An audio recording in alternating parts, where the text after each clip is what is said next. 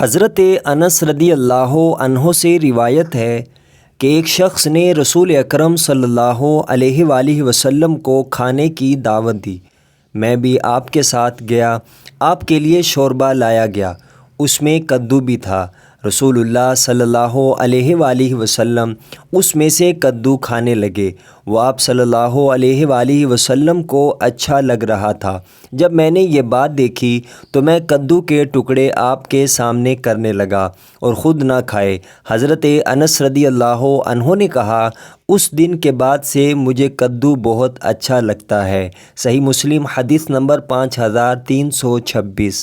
حضرت ابو ہریرہ رضی اللہ عنہ سے روایت ہے کہ رسول اکرم صلی اللہ علیہ وآلہ وسلم نے فرمایا، کوئی دن نہیں جس میں بندے صبح کرتے ہیں مگر اس میں آسمان سے دو فرشتے اترتے ہیں۔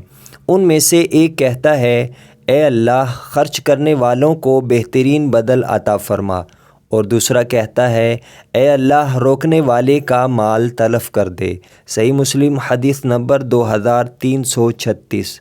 ام المؤمنین حضرت سیدہ عائشہ صدیقہ رضی اللہ عنہا سے روایت ہے، انہوں نے کہا کہ رسول اللہ صلی اللہ علیہ وآلہ وسلم نے فرمایا، اے عائشہ، جس گھر میں کھجوریں نہ ہوں اس میں رہنے والے بھوکے ہیں۔